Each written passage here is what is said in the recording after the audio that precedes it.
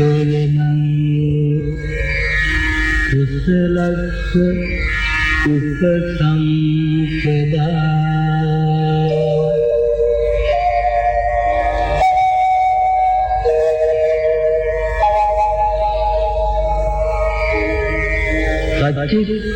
සච්චිත්තපඤ්ඤෝ දක්ඛනං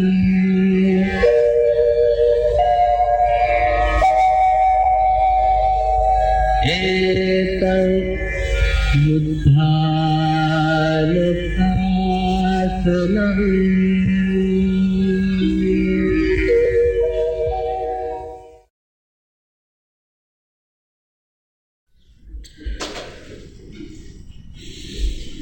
සදහවත් බුද්ධිමත් පින්නතුනි පින්නතියනි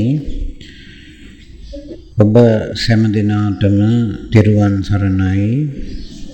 දැන් අපි සෑම දිනාම සසර දුක් නැතිකොට නිවන් සම්පත් ලබා ගැනීම සඳහා ඉදිරියට ගමන් කරන යෝගාවචර පිරිසක්.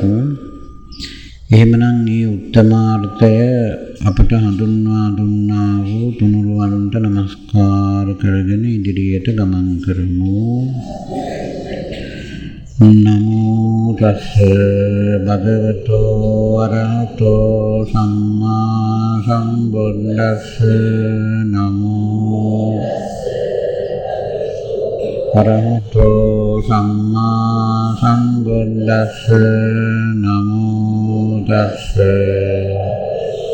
අරහතෝ සම්මා සම්බුද්දස්ස ඉතිපිසෝ භගවාරහං සම්බුද්ධෝ විද්‍යාචරණ සම්පන්නෝ සුගතෝ අනුත්තරෝ පුරිස ධම්මසාරති සත්තා දේව මනුස්සානං බුද්ධෝ සාක්ඛාතෝ භගවතා ධම්මෝ සම්දිට්ඨිකෝ අකාලිකෝ ඒහි අනයිකෝ පච්චත්තං වේදිතං ගෝවිඤ්ඤෝයි සුපටිපන්නෝ භගවතෝ ශාවක සංඝෝ දුපටිපන්නෝ භගවතෝ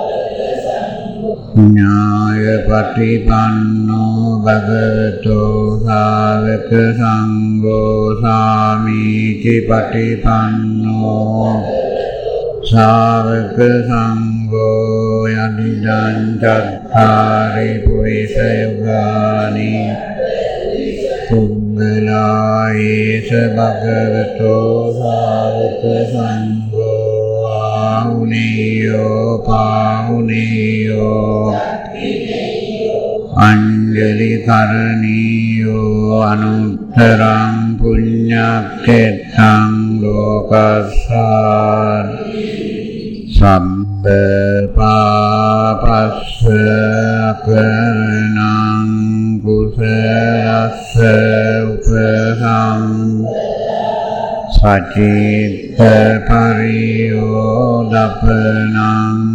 නේතං බුද්ධාන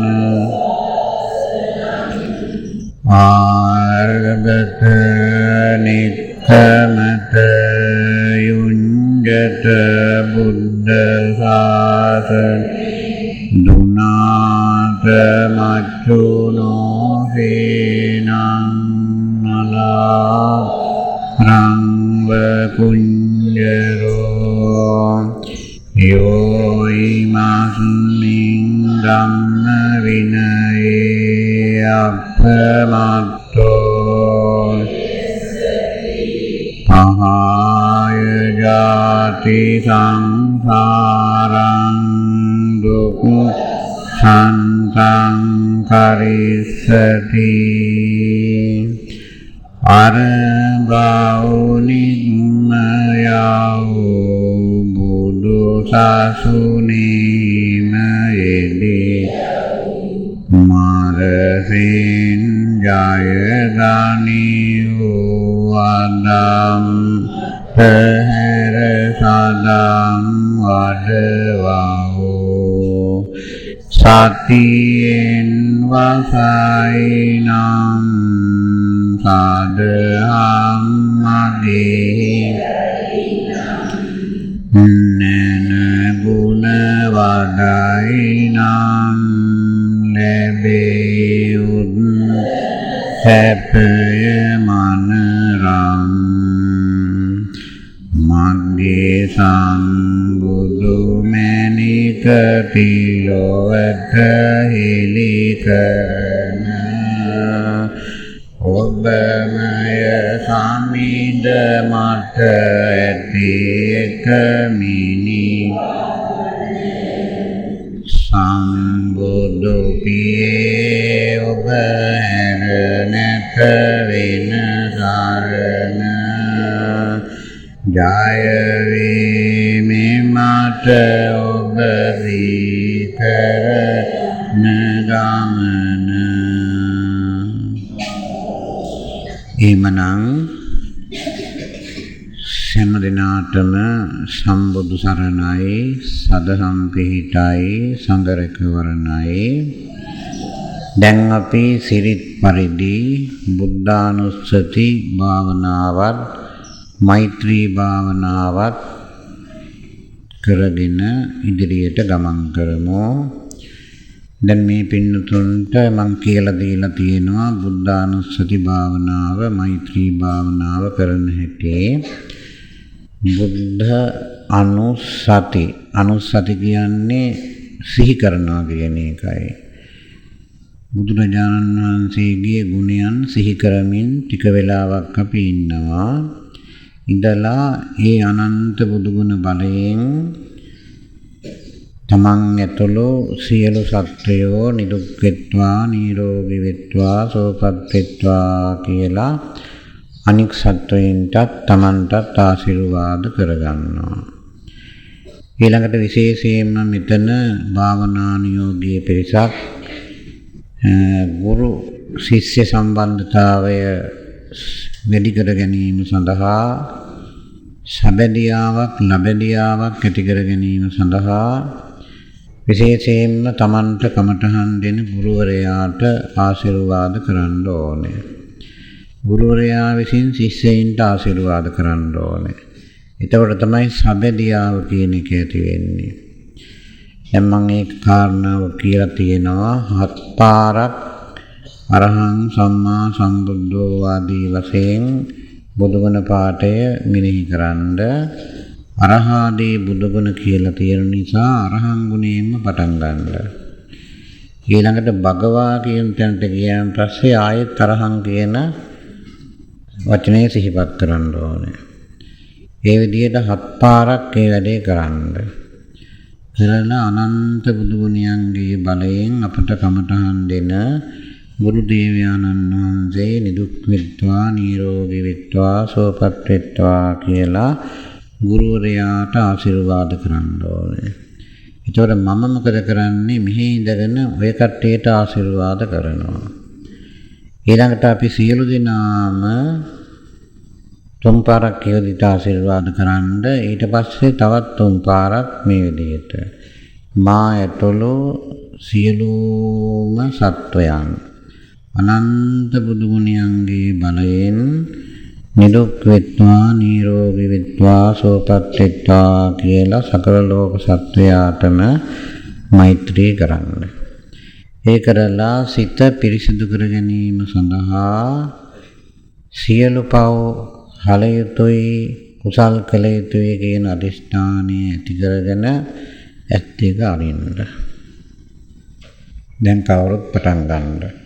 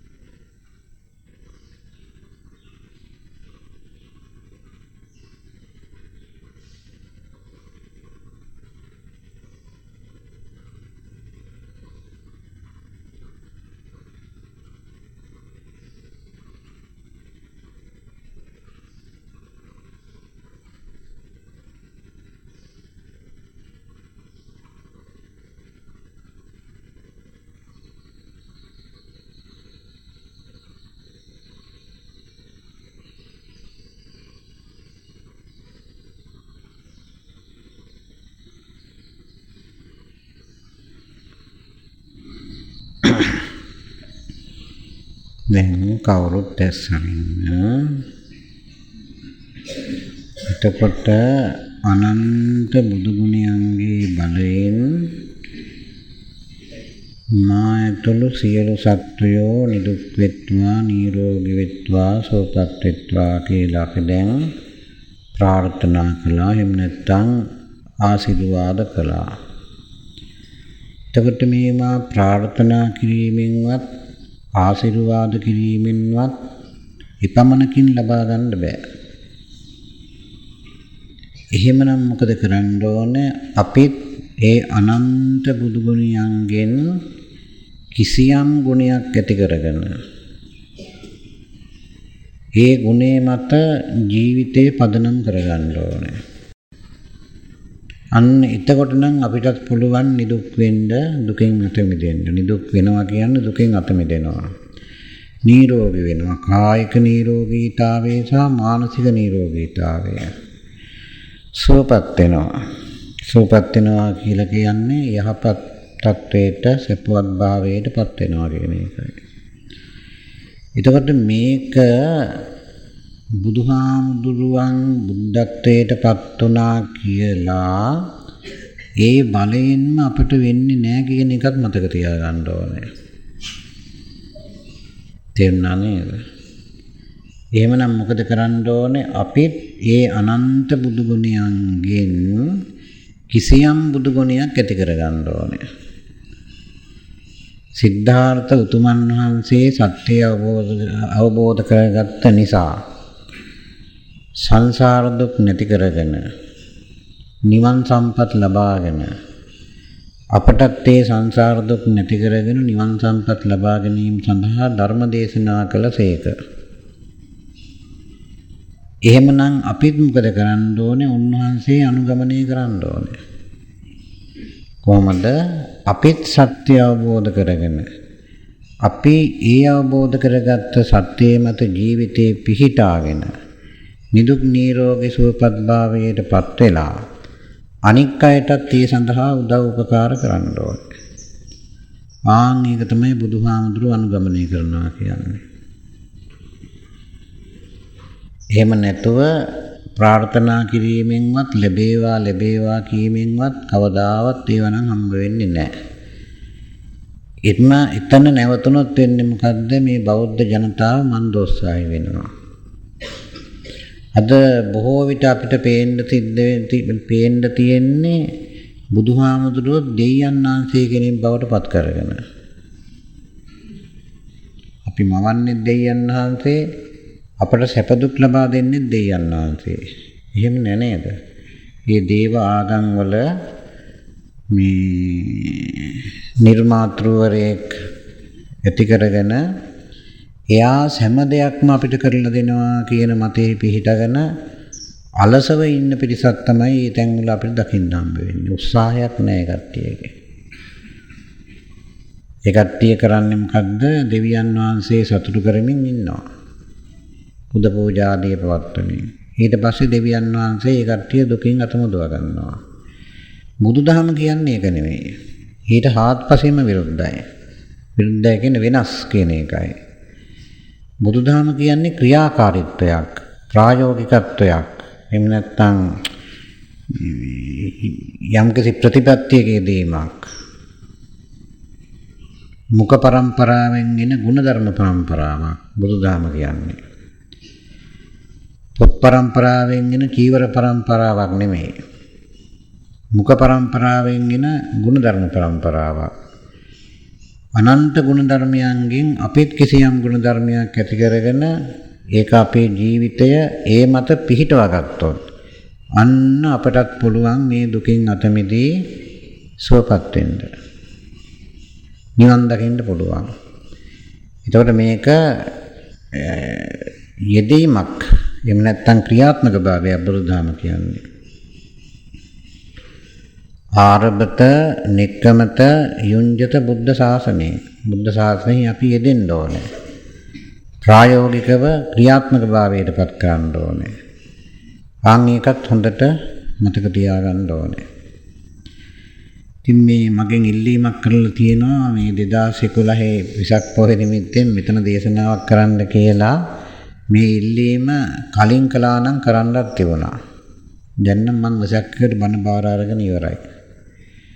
විසක් පොහොය දවසේ උදේ වරුව මට කළුතර බෝධිය බණ තියෙන්නේ. 8 ඉඳන් 11 වෙනකම්. ඉතින් ඒක නිසා මේ ඉල්ලීම ඉටු කරන්න මට පුළුවන් කමක් නැහැ. ඒ වෙසක් පොයෙම ඕන නැහැ. ඉතින් හැමදාම මං සිනසුරාදට ඔය ඉල්ලීම ඉටු කරනවනේ මදයි ඉතින්. වෙසක් කියලා අපිට 아무ත්තක් නැහැ නේද? වෙසක් පොය කියලා 아무ත්තක් නැහැ. අපිට හැමදාම වෙසක් කියලා හිතාගත්තාම හරි. කල්ලාතුව ඉල්ලලා තිබුණා නම් එහෙම කරන්නත් තිබුණා. දැන් නම් බෑ. එහෙමනම් අපේ දේශන මාලාව ඉදිරියට පවත්වාගෙන යමු. කිසියම් බුදු ගුණයක් ඇති කරගෙන දියුණු කර ගැනීම තමයි බුදු ගුණ භාවනාව කියලා කියන්නේ. බුද්ධානුස්සතිය එකක්, බුදු ගුණ භාවනාව තවත් එකක්. බුද්ධ අනුස්සති කියන්නේ සිහිපත් කරනවා. සත්‍ය අවබෝධ කරගත්ත උත්තමයන් වහන්සේගේ ගුණ සිහිපත් කිරීමට කියනවා බුද්ධානුස්සති කියලා. තව ඔය පදය ඔය බුද්ධානුස්සති කියන වචනේට තවත් ක්‍රමයකින් අර්ථ දෙන්න පුළුවන්කම තියෙනවා. ඒ ක්‍රමයෙන් හැබැයි කිසි කෙනෙක් අර්ථ දීලා නැහැ, මං විතරයි දීලා තියෙන්නේ. බුද්ධ අනුසති. බුද්ධ කියන්නේ අවබෝධය. අනුසති කියලා කියන්නේ අවබෝධයට අනුව ගියා වූ සිහිය. මොකද්ද සම්මා සතිය? සම්මා සතිය කියලා කියන්නේ දැනගත්ත දෙයට අනුව ජීවත් වෙනවා කියන එකයි. සතිපට්ඨාන භාවනාව කියන්නේත් ඒක තමයි. සම්මා සතිය වඩවනවා කියන්නේත් ඒක තමයි. බුද්ධ කියන්නේ අවබෝධය, සති කියන්නේ අවබෝධයට අනුව ගියා වූ සිහිය. සම්මා සතිය වඩවමින් ඉදිරියට ගමන් කරනවා. කොහොමද? බුද්ධ සති මෙත්තා මෛත්‍රිය. බුද්ධානුස්සති මෙත්තාච අසුභය මරණය. ඔය සතර කමඨහන් පිළිබඳව නව අර්ථකථනයක් මම දීලා තියෙන්නේ. දැන් සාමාන්‍යයෙන් ඔය සතර කමඨහන් පිළිබඳව තියෙන බුදුගුණ මෙනෙහි කරනවා, මෛත්‍රී භාවනා කරනවා, පිළිකුල් භාවනා කරනවා, මරණානුස්සති භාවනා කරනවා කියන එක තමයි සාමාන්‍ය පොතේ පතේ තියෙන සාමාන්‍ය තේරුම. මේ පිළිබඳව මම හොඳට පරීක්ෂා කරලා බැලුවා, මේක ඊට වඩා ගැඹුරක් තියෙනවා කියලා මට තේරුණා. අතන තියෙන්නේ බුදුගුණ මෙනෙහි කිරීමක් තියෙන්නේ. ඒ සාමාන්‍යයෙන් සතර කමඨං කියන තැන ඔය හැම තැනම කරන්නේ මොකද්ද? බුදුගුණ මෙනෙහි කරනවා, මෛත්‍රියත් මෙනෙහි කරනවා. එහෙම නැත්නම් ඔය සුවපත් වෙත්වා නිදුක් වෙත්වා කියලා එතන ඉතින් හිතීමක් විතරයි එතන තියෙන්නේ. එතන තියෙන්නේ චින්තනයක් විතරයි. මම කල්පනා කළා මේක ඊට වඩා ගැඹුරක් තියෙන්න ඕනේ. සතර කමඨහන් කියලා කියන්නේ නිවන් දැකීමට අවශ්‍ය කරන කරුණු හතරක් කියන එකයි. සතර කමඨහන් කියලා කියන්නේ කම්මඨාන, ක්‍රමේ සහ විදි ස්ථානය කියන එකයි. කම්මඨාන කියන වචනේ තේරුම ක්‍රමේ සහ ස්ථානය. ස්ථානේ නම් මේ තියෙන්නේ මේන් ස්ථානය. ක්‍රමේ තමයි සතිය පිහිටව ගන්න එක. ආන් ඒකයි තමන්ට රැකවරණයක් ලැබෙන කමඨාන. ඉස්සල්ලාම කයට සතිය පිහිටව ගන්නවා. සතිපට්ඨාන කාය අනුපස්සනා. කුමක් සඳහාද? යථාර්ථය දැකීම සඳහා. මොකද්ද යථාර්ථය? අනිත්‍යයි, දුකයි, අනාත්මයි. කයට සිහිය පිහිටවගෙන කය අනුව යථාර්ථය දකිනවා. සතිපට්ඨාන කාය අනුපස්සනා. ඊළඟ වේදනාවට සිහිය පිහිටවගෙන වේදනාව අනුව අනිත්‍ය දුක්ඛ අනාත්ම කියන ත්‍රිලක්ෂණය දකිනවා. සිතට සිහිය පිහිටවගෙන සිත අනුව අනිත්‍ය දුක්ඛ අනාත්ම කියන ත්‍රිලක්ෂණය දකිනවා. මේ ස්වභාව ධර්මයට සිහිය පිහිටවගෙන ස්වභාව ධර්මයට අනුව ත්‍රිලක්ෂණය දකිනවා. මෙන්න මේක තමයි සතර සතිපට්ඨානය කියලා කියන්නේ. එතකොට අවබෝධයට අනුව ගියා වූ සතිය කියන්නේ මොකද්ද? සම්මා සතිය. සම්මා සතිය කයට වේදනාවට සිතට ස්වභාව ධර්මයට පිහිටුවා ගැනීම තමයි බුද්ධ අනුසති කියලා කියන්නේ. බුද්ධ අනුසති. පැහැදිලි නේද?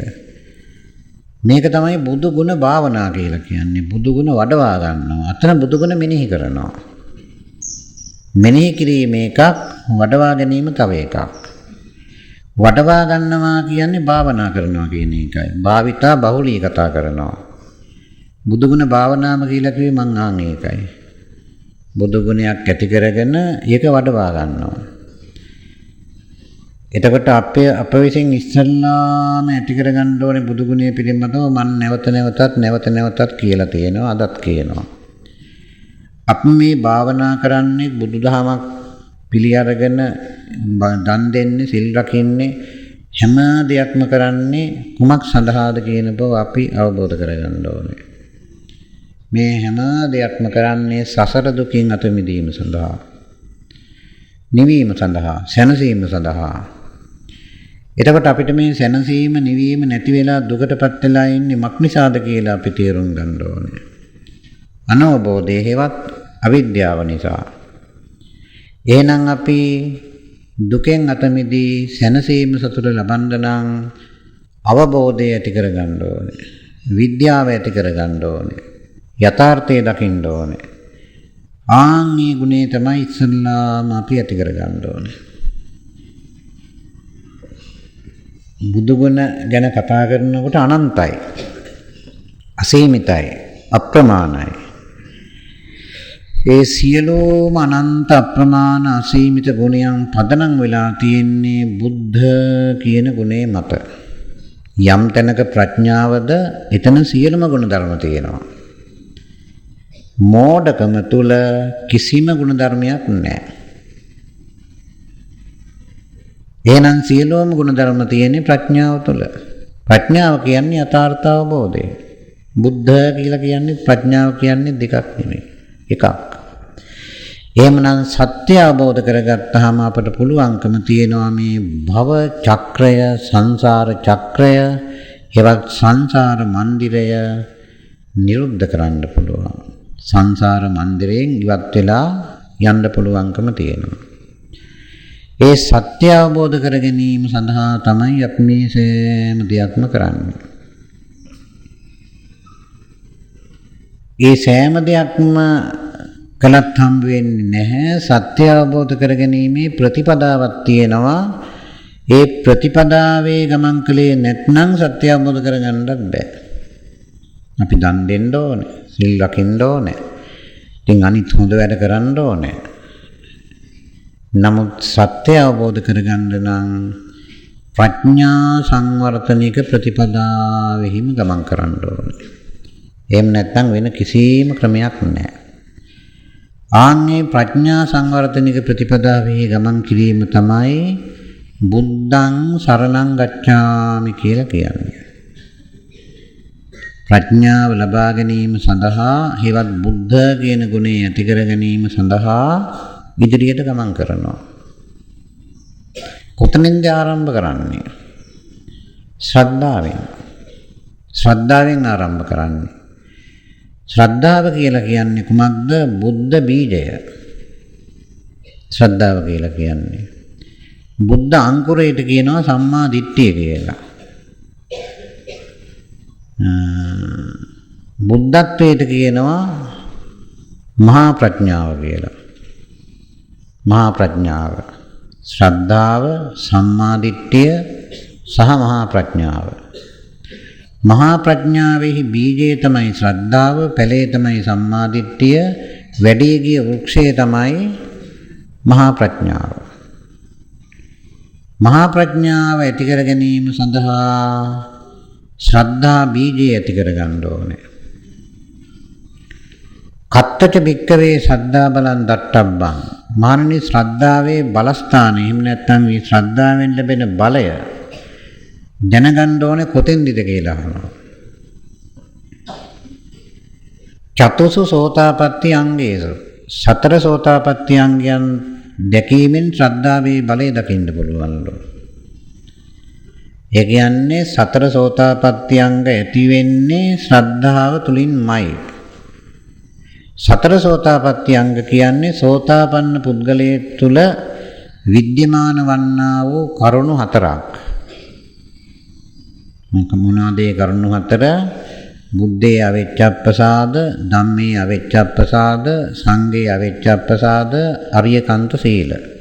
මේ කරුණු හතර.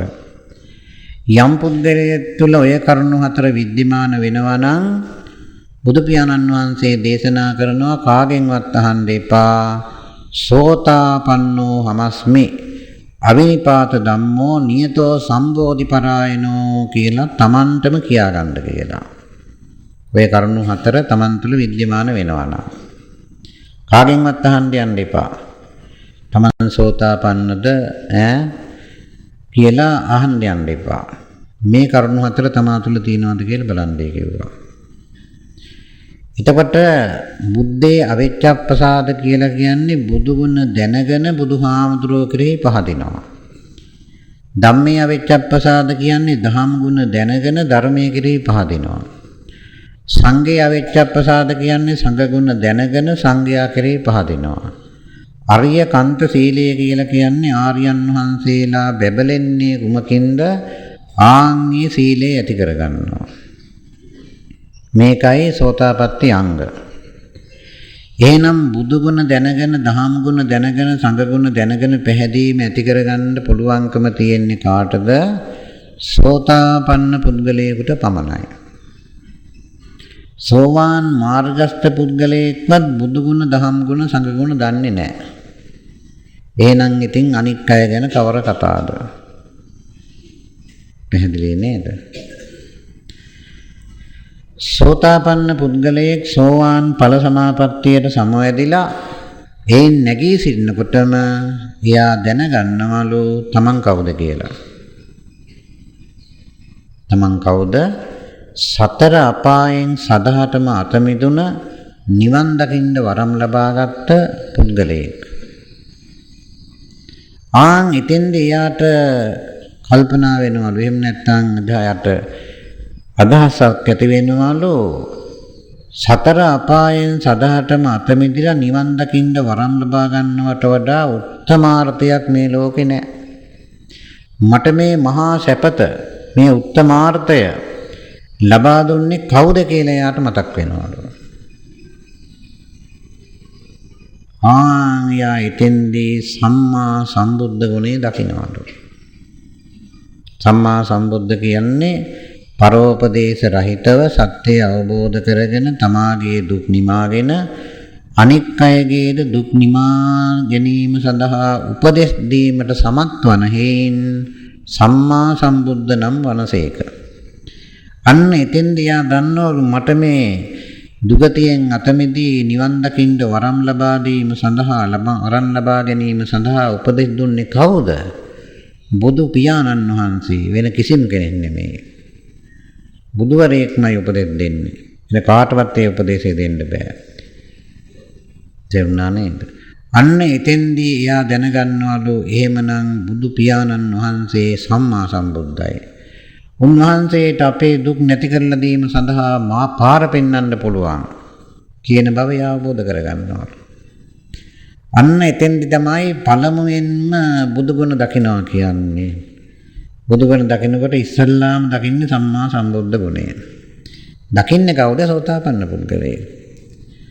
සෝවාන් මාර්ගස්ත පුද්ගලයෙකුටවත් දකින්න බෑ බුදුගුණ. තේරුණානේ? මම මේ තාකෙටියෙන් කියන්නේ ඊළඟට දහම් ගුණ දැනගන්නේ සෝතාපන්න පුද්ගලයෙක්මයි. දහම් ගුණ වල ප්‍රධානම ගුණය තමයි ස්වාක්ඛාත ගුණය. ඊළඟට සම්දිට්ඨික, ඊළඟට අකාලික. ඔයදී හයක් තියෙනවානේ. ඉතින් මේ ගුණයන් දකින්නේ තර වෙදියට.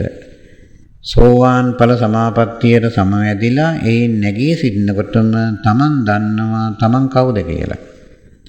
තමන් සෝතාපන්න පුද්ගලයෙක්. මේ මට මේ උත්තමාර්ථය ලැබුණේ කවද්ද? මෙලොවමයි ලැබුණේ, පරලොව නෙමෙයි. මිලව භාවනා කරලා පරව ලබාගෙන පරලොව ලැබෙනවා නෙමෙයි මිලවමයි ලැබෙන්නේ. සම්දිට්ඨිකයි. ආන්න ධර්මයේ සම්දිට්ඨිකයි කියලා අන්න එතනින් එයා දැනගන්නවා. ඒ වගේම ඔය කට්ටියට මතකයි මම කමඨහනක් දුන්නා. ඒ කමඨහන වඩලා ඉවර වෙනවා සමගම අතරක් නැතුව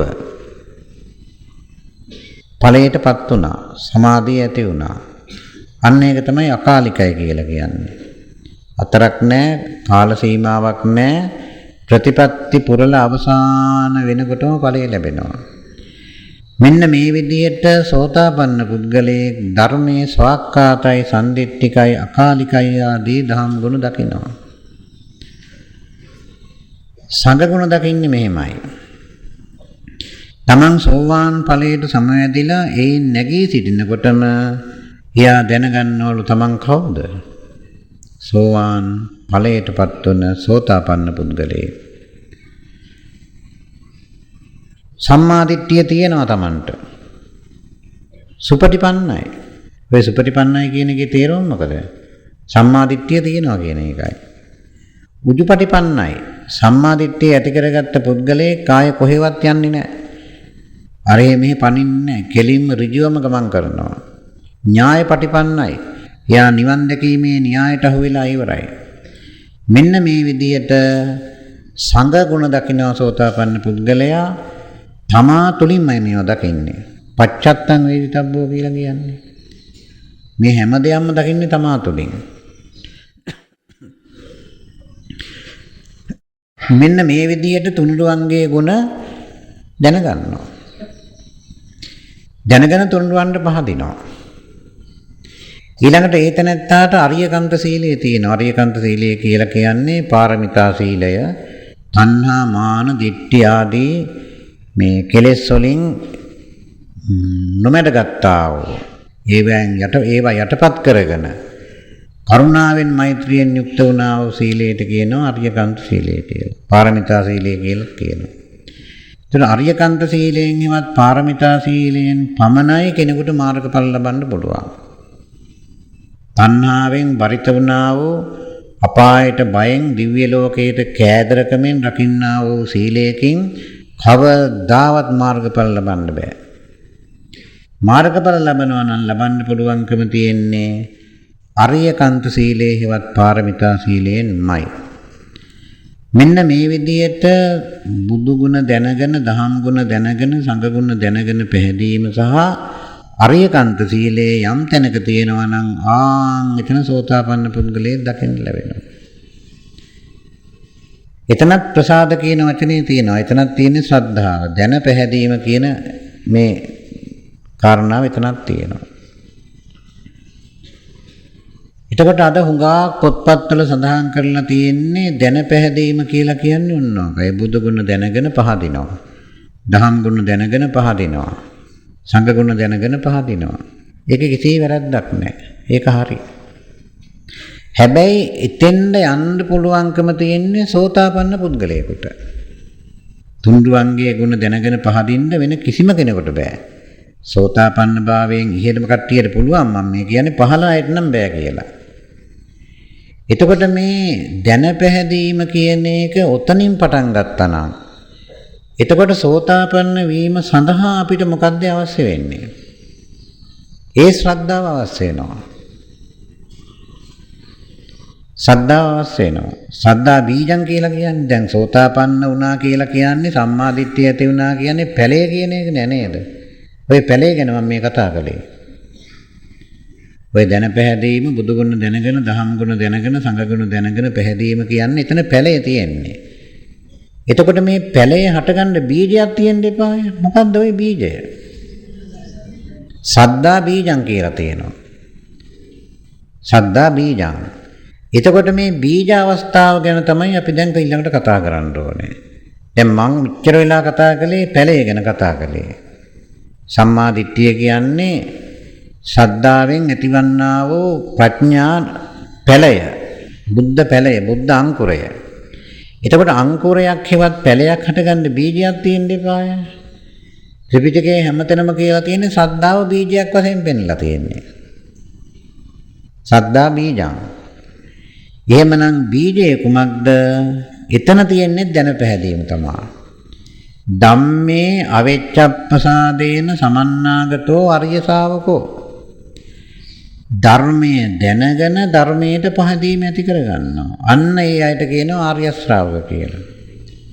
එතකොට ධර්මයේ දැනගෙන ධර්මයට පැහැදීම ඇති කරගත්තොත් ආර්ය ශ්‍රාවකයෙක් වෙන්න පුළුවන්. තේරුණා නේද? එතන ආර්ය ශ්‍රාවකයාට කියලා කියන්නේ සෝවාන් මාර්ගස්ත පුද්ගලයා කියන එකයි. පළවෙනි ආර්ය පුද්ගලයා. එයා ඵලයට ගිහින් නැහැ. එයාට සම්මා දිට්ඨිය නැහැ. තේරුණේ? අර මම ඉස්සල්ලා කතා කළේ සම්මා දිට්ඨිය ඇති ආර්ය පුද්ගලයා ගැන. සෝතාපන්න පුද්ගලයා ගැන.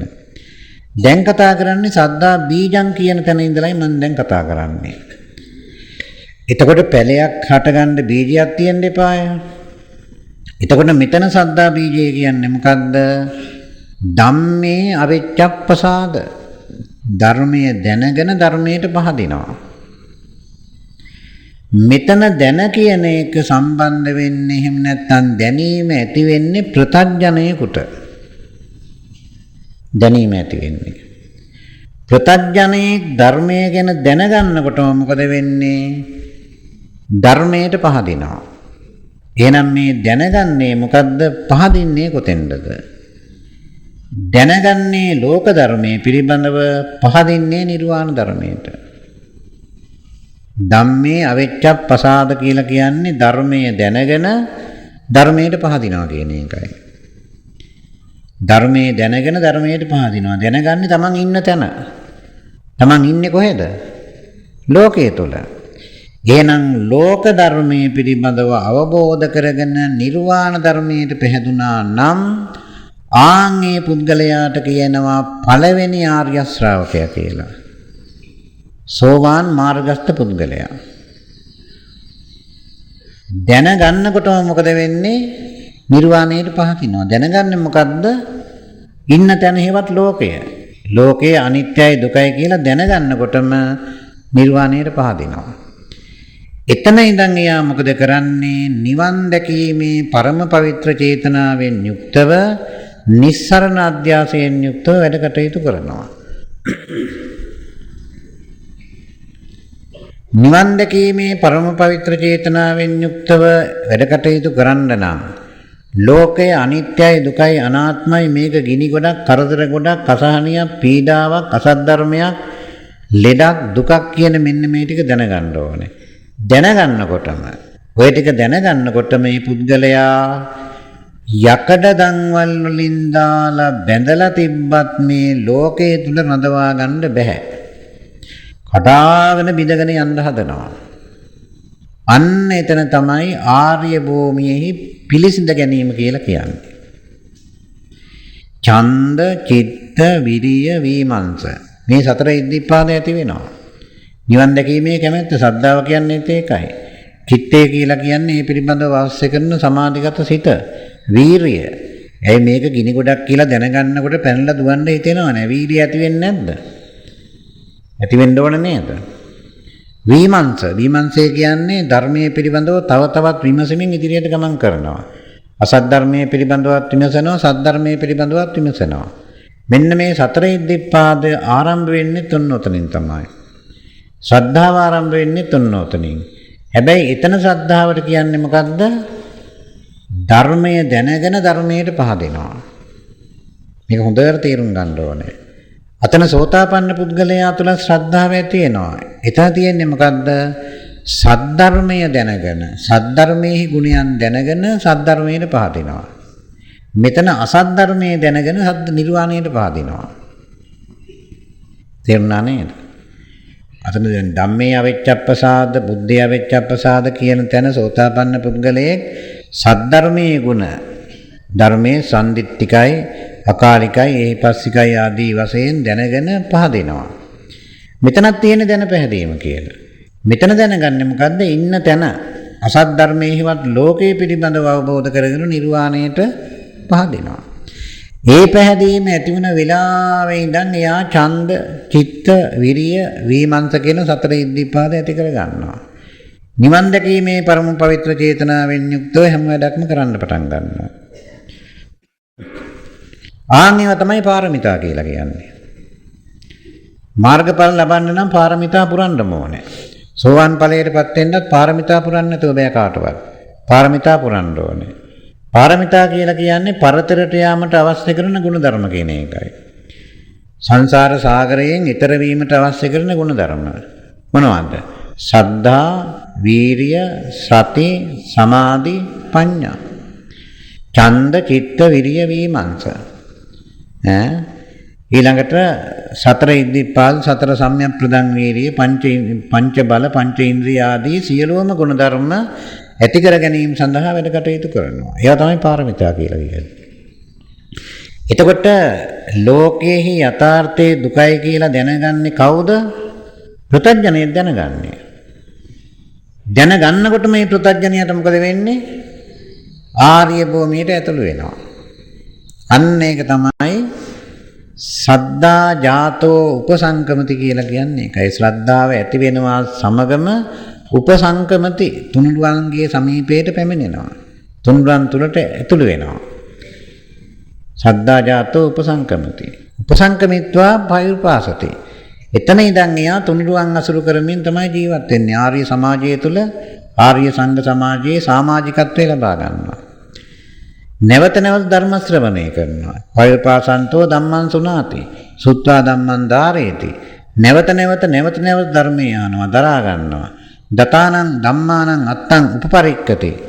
මේ දරාගත්තා වූ ධර්මයේ අර්ථ පරීක්ෂා කරන්න පටන් ගන්නවා. ඒ කියන්නේ හිතන්න පටන් ගන්නවා. දත්තං උපපරික්කන්තෝ ධම්ම නිජ්ජානක්කමන්ති. මේ ධර්මයේ තුලට බහින්ද යට හිතෙනවා. මේක ඇතුළට කිඳා බහින්න ඕන කියලා. ධම්ම නිජ්ජානක්කන්තියා සති සම්මා සතිය ඇති වෙනවා. සති ඡන්தோ ඡන්දය ඇති වෙනවා. ධම්ම නිජ්ජානක්කන්තියා සති ඡන්தோ ජායති. ඡන්ද ජාතෝ උත්සාහති. නැවත නැවත නිවන් දැකීමේ කැමැත්ත ඇති වෙනකොට උත්සාහයක් ඇති වෙනවා.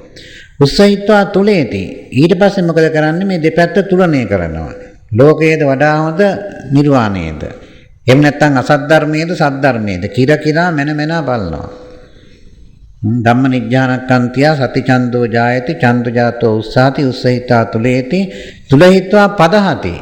පදහති කියලා කියන්නේ මෙයා මේ නිර්වාණ ධර්මයේ පිළිබඳව හොඳ අවබෝධයක් ඇති කරගන්නවා.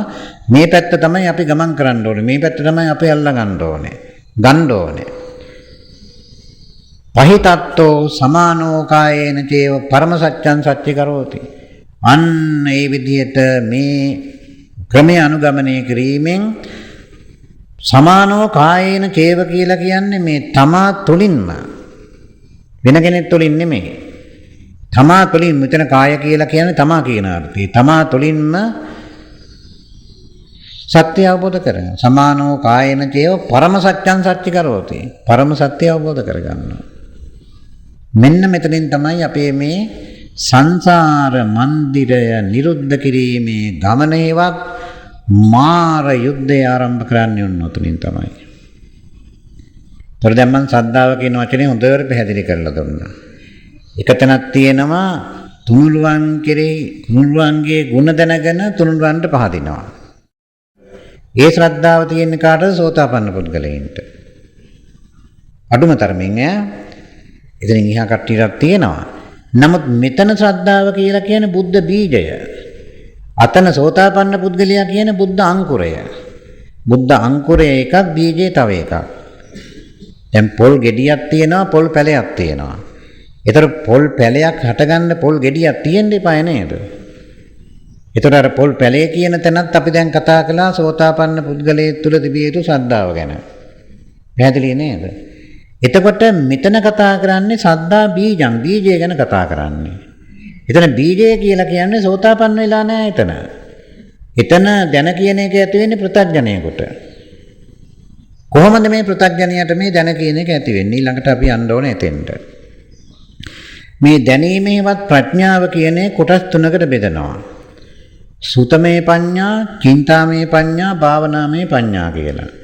එතකොට මෙතන ඉස්සරලාම පෘථග්ජනයෙකුට ඇති වෙන්නේ සුතමේ පඤ්ඤාව. පෘථග්ජනයෙක් තමයි ආර්ය පුද්ගලයන් ළඟට යන්නේ. ප්‍රඥාව ලබා ගැනීම සඳහා ආර්ය පුද්ගලයන් ළඟට යනවා. ගිහිල්ලා කන් යොමු කරනවා. බණ ඇහිීමේ කැමැත්ත ඇති කර ගන්නවා. ඊට පස්සේ යාට සත්‍ය ඇහෙන්න පටන් ගන්නවා. පටිච්ච සමුප්පාද න්‍යායට අනුව සත්පුරුෂයෙක් ළඟට යාමෙන් තමන්ට ඉස්සල්ලාම ඇහෙන සත්‍යය තමයි ලෝකය දුකයි කියන වචනේ තමයි ඇහෙන්නේ. ලෝකේ දුකයි. එතන ඉඳන් මොකද කරන්නේ? එතන සුතමේ පඤ්ඤා තියෙන්නේ. මෙයා අහගන්නවා ලෝකේ දුකයි කියලා. තේරුණා නේද? එතන තමයි තියෙන්නේ. අහගෙන ඉවරලා මොකද කරන්නේ? ඇසීමට පමණ සීමා කරන්නේ නැහැ. සිතා විමසා බලනවා. අන්න චින්තාමය ප්‍රඥාවට ගියා. ඉස්සල්ලා සුතමේ පඤ්ඤාව කියලා කියන්නේ අසා ගැනීම. එතන තියෙන උගත්කම කියලා තියෙනවා. ලෝකය දුකයි කියලා ඉස්සල්ලා යා අහනවා. අහලා ඉගෙන ගන්නවා. ඒක දරා ගන්නවා. අසා දරාගත් තරමට ගිලගන්නේ නැතුව මොකද කරන්නේ? චින්තාමේ ප්‍රඥාව ලබා ගැනීම සඳහා හිතන්න පටන් ගන්නවා. හිතන්න පටන් ගන්නවා. චින්තනයෙන් තමයි දර්ශනයට යන්නේ. අන්න චින්තාමේ පඤ්ඤා කියන්නේ ඒකයි. භාවනාමේ පඤ්ඤා කියන්නේ මොකද්ද? මේ චින්තනය යලිත් වඩවා ගන්නවා. අන්න භාවනාමේ පඤ්ඤා. ආන්ගේ භාවනාමය පඤ්ඤාව අවසාන වෙනකොට තමයි සම්මා දිට්ඨිය කියන ඥානය ඇති වෙන්නේ. මම දැන් හොඳට මේක තේරුම් කරලා දුන්නා. ප්‍රත්‍යඥයෙකුට දැනීම ඇති වෙනවා කියවම කෙනෙක් අහන්න පුළුවන් එහෙමනම් ඉතින් ප්‍රත්‍යඥයා දන්නව නේද කියලා. දන්නවා තමයි. ඒ දැනීම කොතෙන්ද සීමා වෙන්නේ? උගත්කමට සීමා වෙන්නේ. සුතමේ පඤ්ඤා කියලා කියන්නේ එයා ඉගෙනගෙන තියෙනවා. ලෝකේ දුකයි කියලා ඉගෙනගෙන තියෙනවා. අද මේ රටේ හුඟක් ඉන්න ඔය කට්ටිය. ත්‍රිපිටකය හොඳට කියවලා ඉගෙන ගත්ත කට්ටිය ඉන්නවා. ත්‍රිපිටකය අහපු කට්ටියක් ඉන්නවා. පාලි භාෂාව ඉගෙන ගන්න කට්ටියක් ඉන්නවා. උගන්වන කට්ටියක් ඉන්නවා. පාලි භාෂාව දන්න කට්ටියක් ඉන්නවා. ඒ ඔක්කොම සීමා වෙලා තියෙන්නේ කොතෙන්ද? සුතමේ පඤ්ඤා කියන තැනට.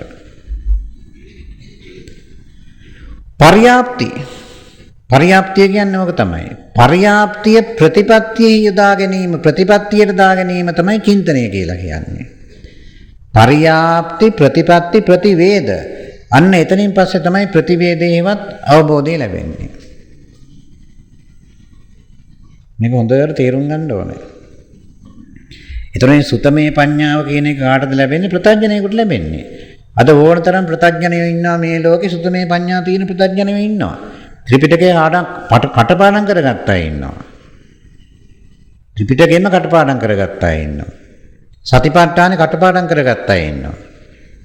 නමුත් ඒගොල්ල ප්‍රායෝගිකත්වයට දාගෙන නැහැ. දෙන්නානේ මම කියන දේ. ඉතින් සමහරවම හුඟ දෙනෙක් කියනවා මේ සෝතාපන්න වෙන්න භාවනා කරන්න ඕනේ නැහැ. සෝතේ කියන්නේ කනට, ආපන්න කියන්නේ ඇතුළු වෙනවා. මොනවද ධර්මයේ කනට ඇතුළු වෙනවා. එතකොට සෝතාපන්නයි කියලා. ඔන්න සෝතේ කියන්නේ කනලු. හරි කනට සෝතේ කියනවා. පාලි භාෂාවේ සෝත කියලා කියනවා. දැන් මේ චක්කු සෝත කියන තැන තියෙන්නේ චක්කු කියන්නේ ඇහැට, සෝත කියන්නේ කනට. දැන් මේ කට්ටිය දන්නවා ආපන්න කියන්නේ ඇතුළු වෙනවා කියන එක. හරි ඒත් හරි. ව්‍යාකරණානුකූලව පාලි භාෂාවට අනුව ගත්තොත් එහෙම හරියට හරි. කනට ධර්මයේ ආවයන් පස්සේ සෝතාපන්නයිලු. ඒ තත්වයෙන් මේ අශාස්ත්‍රීය විදිහටත් මේ ධර්ම විවරණ කරන කට්ටිය ඉන්නවා. ඒ කට්ටිය දැඩි ලෙස කියනවා භාවනා කරන්න එපා කියලා.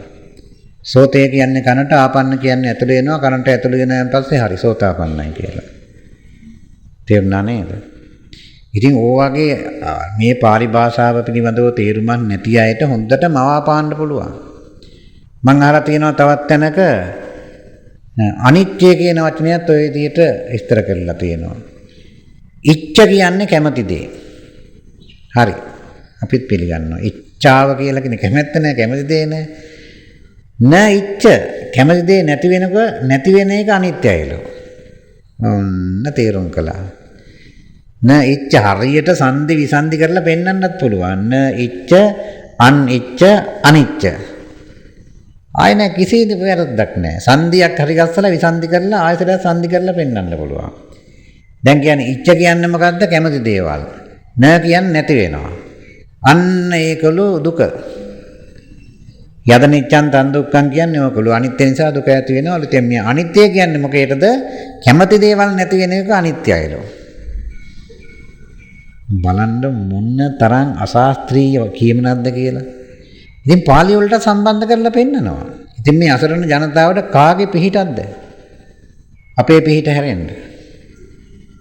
තේරුණා නේද? ඉතින් පාලි භාෂාවත් අරගෙන ධර්මයේ විකෘති කරලා පෙන්නනවා.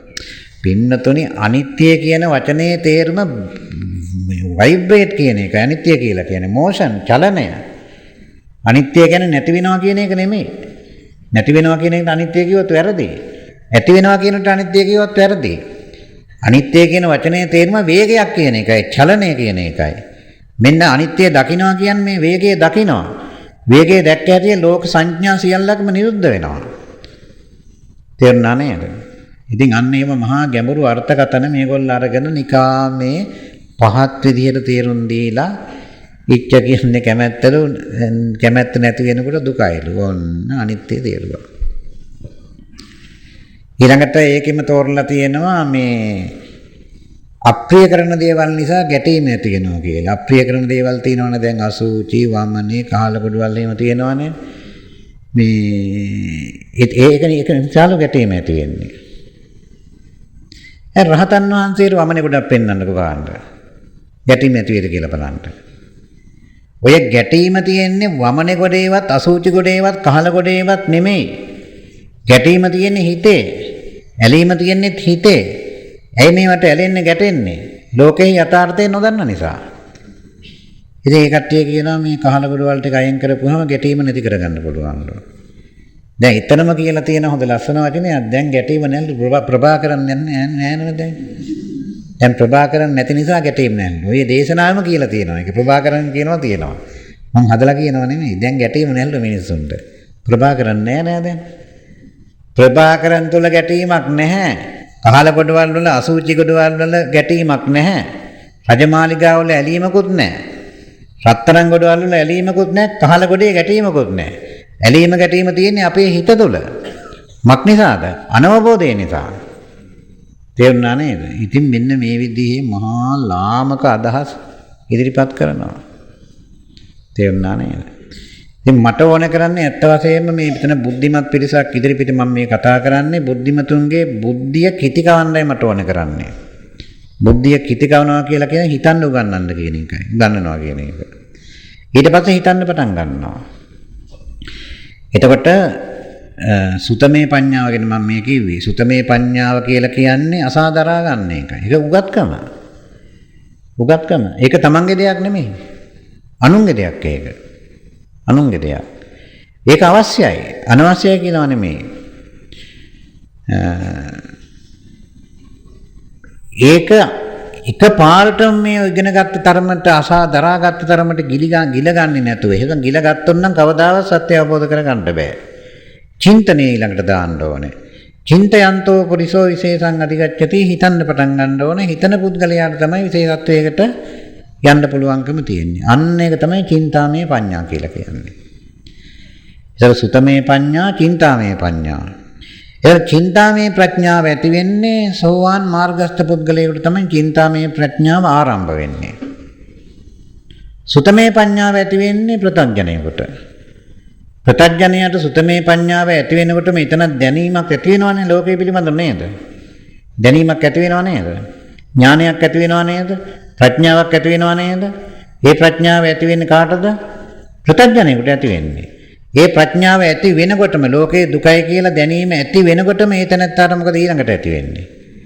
නිර්වාණයට පැහැදීමක් ඇති වෙනවා. ඔන්න ඔතනයි සෝතාපන්න වීම කියන්නේ.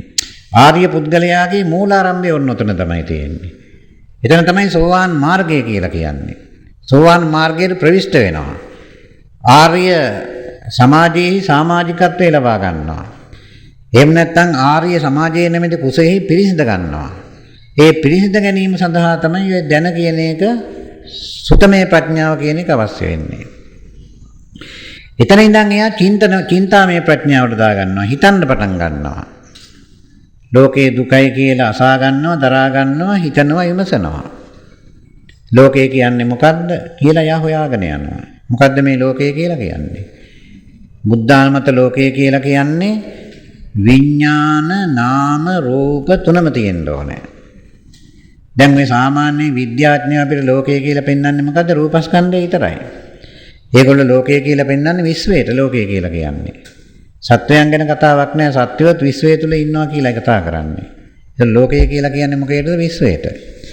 විශ්වය ගත්තොත් එහෙම සත්වයන් පැත්තකින් තියලා විශ්වය ගත්තොත් එතන තියෙන්නේ මොකද්ද? රූපස්කන්ධය විතරයි. නාමස්කන්ධයක් එතන නෑ. එහෙමනම් විඥාන නාම රූප කියන ත්‍රිවිධ ස්කන්ධයම තියෙන්න ඕනේ පරිපූර්ණ ලෝකයේ වෙන්න නම්. ඒතකොට පරිපූර්ණ ලෝකය කොතනද තියෙන්නේ? සත්වයා තුළ. දුක තියෙන්නේ කොහෙද?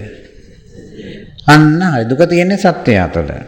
එහෙනම් ලෝකයේ දුකයි කියන එකේ තේරුම යම් තැනක සත්වයාද එතන දුකයි. යම් තැනක දුකද